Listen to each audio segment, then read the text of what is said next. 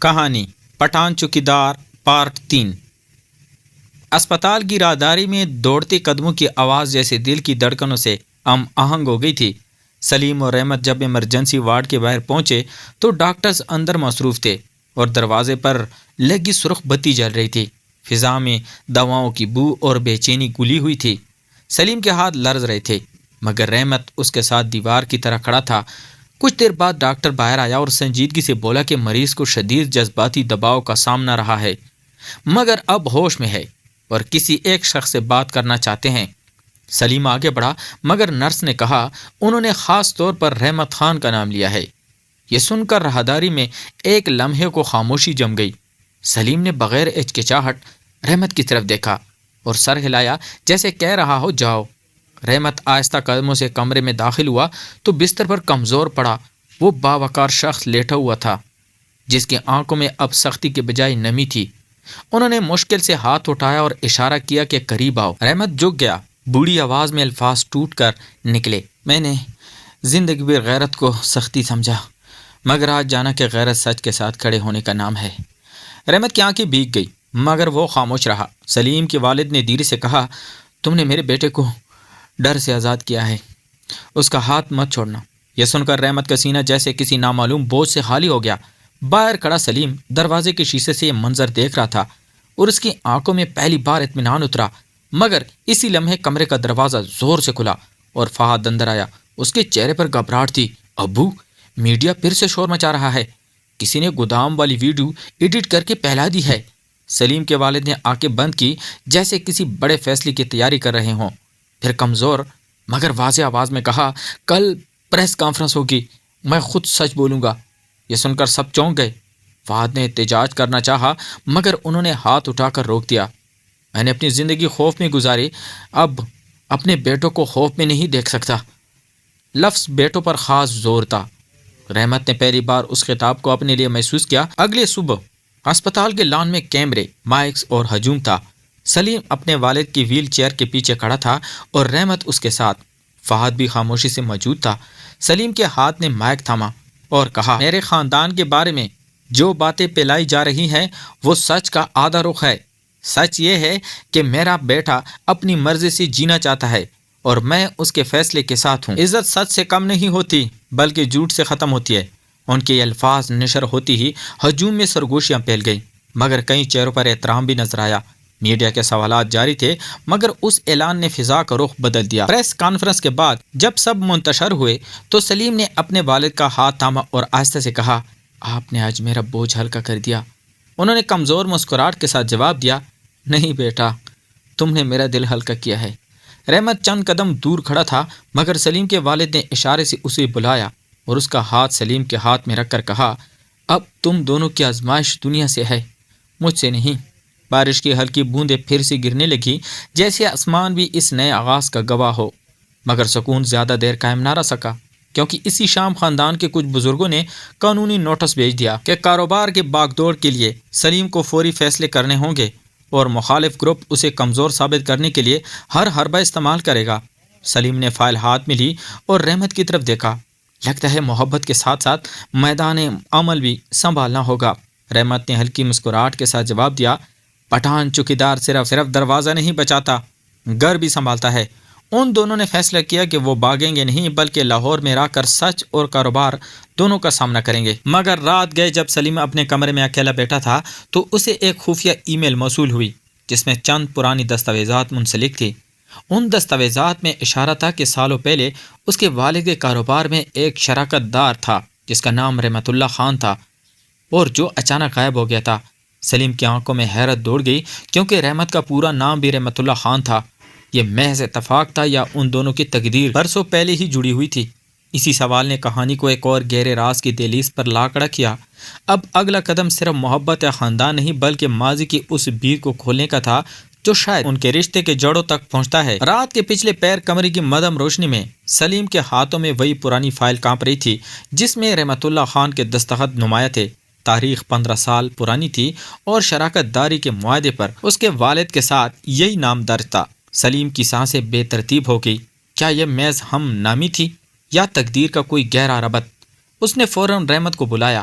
رحمت جب کمرے میں داخل ہوا تو اس کے چہرے پر وہی پرسکون سنجیدگی تھی، مگر سلیم کی آنکھوں میں طوفان دیکھ کر وہ اچانک چونک گیا۔ خان صاحب، آپ کا پورا نام کیا ہے؟ سلیم نے دھیرے مگر لرزتی آواز میں پوچھا۔ رحمت نے چند لمحے خاموش رہ کر جواب دیا، رحمت اللہ خان۔ مگر کیوں؟ سلیم نے فائل اس کے سامنے رکھ دی۔ کاغذ پر نظر پڑتے ہی رحمت کے چہرے کا رنگ بدل گیا، اس کی آنکھوں میں ایک پرانا زخم جاگ اٹھا۔ اس نے کرسی تھام لی جیسے زمین کھسک گئی ہو۔ یہ میرے والد کا نام تھا۔ لفظ مشکل سے نکلے۔ سلیم کا دل زور سے دھڑکا۔ کیا؟ رحمت نے گہری سانس لی اور برسوں دبے راز کو زبان دی۔ میرے والد لاہور میں ایک بڑے تاجر کے ساتھ شریک تھے، مگر ایک دن اچانک ان پر الزام لگا کہ انہوں نے رقم میں خیانت کی ہے۔ عزت بچانے کے لیے وہ سب کچھ چھوڑ کر پشاور واپس چلے گئے۔ چند سال بعد دل کے دورے سے انتقال ہو گیا۔ انہوں نے آخری سانس تک کہا کہ وہ بے قصور تھے۔ کمرے کی فضا بوجھل ہو گئی۔ سلیم کے ذہن میں بجلی سی گھوندی۔ کیا وہ بڑا تاجر اس کے اپنے والد تھے؟ دونوں کے درمیان خاموش دیوار بن گئی، مگر اس خاموشی میں الزام نہیں تھا، صرف حیرت اور دکھ تھا۔ سلیم نے دھیرے سے کہا، اگر یہ سچ ہے تو ہمیں ابو سے پوچھنا ہوگا۔ صبح ہوتی ہی وہ اسپتال پہنچے، جہاں سلیم کے والد اب قدرے بہتر تھے۔ سلیم نے فائل ان کے سامنے رکھی اور سیدھا سوال کیا، کیا آپ کے شریک رحمت اللہ خان تھے؟ بزرگ کی آنکھوں میں ایک پرانا سایہ اتر آیا۔ انہوں نے آنکھیں بند کی اور لمبی سانس لی۔ ہاں، وہی تھے۔ کمرے میں سناٹا چھا گیا۔ رحمت سیدھا کھڑا تھا، مگر اس کے اندر برسوں کا درد جاگ چکا تھا۔ سلیم کے والد نے آہستہ آہستہ کہنا شروع کیا، انہوں نے خیانت نہیں کی تھی، اصل دھوکہ کسی اور نے دیا تھا، مگر حالات ایسے بنے کہ الزام انہی پر آیا اور میں کمزور پڑ گیا۔ میں نے سچ بولنے کی ہمت نہیں کی۔ یہ اعتراف کسی دھماکے سے کم نہ تھا۔ رحمت کی آنکھوں میں آنسو تیر آئے، مگر اس نے خود کو سنبھالا۔ تو میرے والد بے قصور تھے؟ جواب آیا، ہاں، اور میں زندگی بھر اس بوجھ کے ساتھ جیتا رہا۔ سلیم نے محسوس کیا کہ اس کے سامنے صرف ایک باپ نہیں بلکہ ایک پچھتاوا کھڑا ہے۔ رحمت نے چند لمحے بعد دھیرے سے کہا، میرے والد نے آخری وقت تک آپ کے خلاف ایک لفظ نہیں کہا۔ وہ کہتے تھے ایک دن سچ خود سامنے آئے گا۔ یہ سن کر سلیم کے والد کی آنکھوں سے آنسو بہہ نکلے۔ اگر تم معاف کر دو تو شاید میرا بوجھ ہلکا ہو جائے۔ لمحہ فیصلہ کن تھا۔ ماضی کی تلخی اور حال کی محبت ایک دوسرے کے سامنے کھڑی تھی۔ رحمت نے آگے بڑھ کر ان کے ہاتھ تھام لیے۔ میں اپنے باپ کی طرف سے آپ کو معاف کرتا ہوں کیونکہ سچ سامنے آ چکا ہے۔ اس جملے نے کمرے کی فضا بدل دی، جیسے برسوں پرانا قرض ادا ہو گیا ہو، مگر باہر دنیا اب بھی خاموش نہ تھی۔ اسی شام مخالفت گروپ نے ایک اور حملہ کیا اور کاروبار کی فائلوں پر جعل سازی کا الزام لگا دیا۔ فہد گھبراہٹ میں سلیم کے پاس آیا۔ کوئی اندر کا آدمی ہمارے خلاف کام کر رہا ہے۔ یہ معاملہ صرف ماضی کا نہیں بلکہ حال کی سازش کا بھی تھا۔ سلیم نے رحمت کی طرف دیکھا اور کہا، لگتا ہے جس نے آپ کے والد کو پھنسایا تھا وہی سلسلہ آج بھی جاری ہے۔ رحمت کی آنکھوں میں عزم چمکا۔ تو پھر اس پر سچ دبنے نہیں دیں گے۔ دونوں نے فیصلہ کیا کہ پرانے اکاؤنٹس کھولے جائیں اور اصل مجرم کو سامنے لایا جائے گا۔ رات کے جب وہ دفتر کی پرانی فائلوں میں کھوج لگا رہے تھے تو ایک نام بار بار سامنے آ رہا تھا، کاشف ملک، وہی شخص جو برسوں پہلے منیجر تھا اور آج مخالفت گروپ کا اہم رکن۔ سلیم نے مٹھی بھینچ لی تو کیل اب سمجھ آیا، مگر جیسے انہوں نے اگلا قدم اٹھانے کا سوچا، دفتر کی بجلی اچانک چلی گئی اور اندھیرے میں کسی کے قدموں کی چاپ سنائی دی۔ دروازہ آہستہ سے کھلا اور ایک سایہ اندر داخل ہوا۔ ہاتھ میں کچھ چمکتا ہوا تھا، شاید کوئی ہتھیار یا اہم فائل۔ رحمت فوراً سلیم کے آگے ڈھال بن کر کھڑا ہو گیا۔ اندھیرے میں وہ آواز گونجی، کچھ سچ ایسے ہوتے ہیں جنہیں زندہ رہنے کے لیے دفن کرنا پڑتا ہے۔ اب سوال یہ تھا کہ کیا وہ سایہ پرانے گناہوں کا محافظ ہے یا نئے جرم کی ابتدا، اور کیا سلیم اور رحمت اس بار بھی سچ کے ساتھ کھڑے رہیں گے جب خطرہ صرف عزم نہیں بلکہ جان کا ہو۔ کہانی ایک اور خطرناک موڑ پر کھڑی ہے جہاں اگلا لمحہ سب کچھ بدل سکتا ہے۔ دفتر کے اندھیرے میں سانسوں کی آواز تک سنائی دے رہی تھی اور دروازہ آہستہ سے چرچرا کر بند ہوا اور وہ سایہ چند قدم آگے بڑھا۔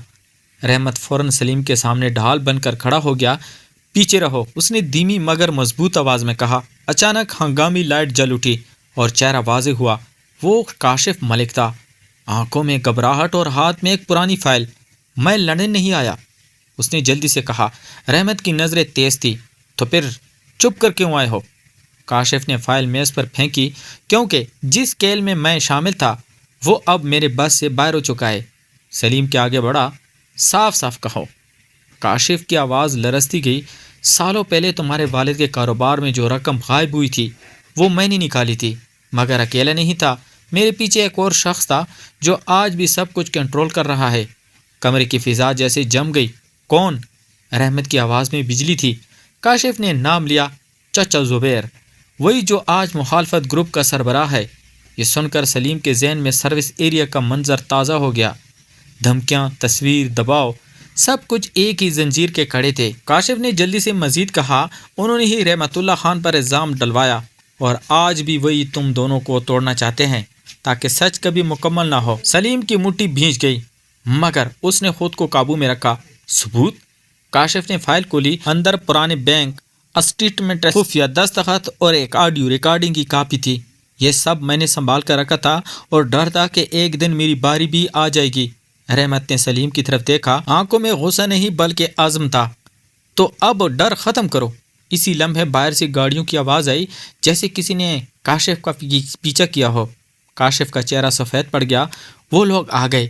رحمت نے فوراً لائٹس بند کی اور سلیم کا ہاتھ تھام لیا۔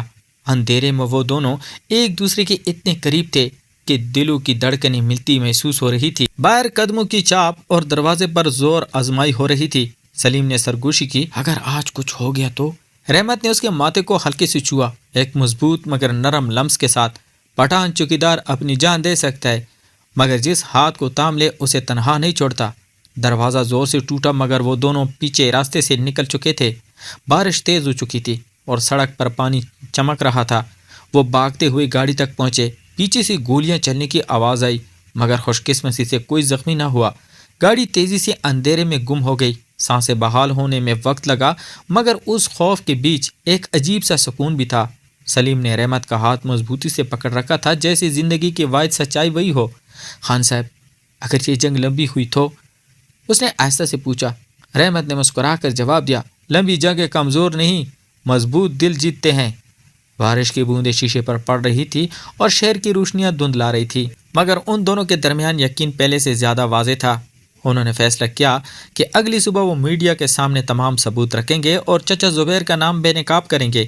یہ لڑائی اب صرف محبت کی نہیں بلکہ انصاف کی تھی مگر قسمت کو شاید ابھی اور امتحان منظور تھا، کیونکہ جیسے ہی وہ محفوظ مقام پر پہنچے سلیم کے فون پر ایک ویڈیو موصول ہوئی۔ اس میں سلیم کے والد کو کسی نامعلوم جگہ پر دکھایا گیا تھا اور پیغام درج تھا، سچ بولنے کی قیمت ادا کرنی پڑتی ہے۔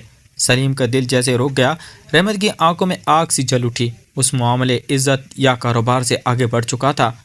یہ جنگ خاندان کی جان تک پہنچ چکی تھی اور اسی لمحے سلیم نے رحمت کی طرف دیکھ کر کہا، اگر انہیں بچانے کے لیے مجھے سب کچھ قربان کرنا پڑا تو بھی کروں گا مگر تم سے جدا نہیں ہوں گا۔ رحمت نے اس کا ہاتھ اپنے دل پہ رکھ دیا۔ جو دل ایک بار سچ کے ساتھ دھڑکنے لگے اسے کوئی طاقت جدا نہیں کر سکتی۔ مگر کیا واقعی محبت اس طوفان کو جھیل پائے گی؟ کیا وہ اپنے والد کو بچا کر دشمن کو بے نقاب کر سکیں گے یا یہ کھیل انہیں ایسی قربانی پر مجبور کرے گا جس کا تصور بھی نہیں کیا جا سکتا؟ اگلی قسط میں فیصلہ ہوگا کہ پٹھان چوکیدار صرف محافظ ہے یا تقدیر کا وہ سپاہی جو محبت کے لیے دنیا سے ٹکرا جائے گا، کیونکہ اب جنگ صرف سچ کی نہیں دلوں کی بقا کی ہے۔ آپ کے خیال میں کیا سلیم اور رحمت سچ اور محبت دونوں کو بچا پائیں گے؟ کیا چچا زبیر واقعی اصل مجرم ہے یا کہانی میں ابھی کوئی اور بڑا راز چھپا ہے؟ اپنی رائے کمنٹ میں ضرور بتائیں کیونکہ آپ کی سوچ اگلی قسط کا رخ بدل سکتی ہے۔ اگر آپ چاہتے ہیں کہ اگلی قسط سب سے پہلے آپ تک پہنچے تو ابھی چینل کو سبسکرائب کریں اور بیل آئیکن لازمی آن کریں تاکہ کوئی بھی زبردست موڑ آپ سے مس نہ ہو۔ لائک کریں اور اس کہانی کو اپنے دوستوں کے ساتھ شیئر کریں کیونکہ اصل جنگ ابھی باقی ہے۔ ملتے ہیں ایک اور انٹرسٹنگ سٹوری کے ساتھ، تب تک اپنا ڈھیر سارا خیال رکھیے گا۔ خدا حافظ۔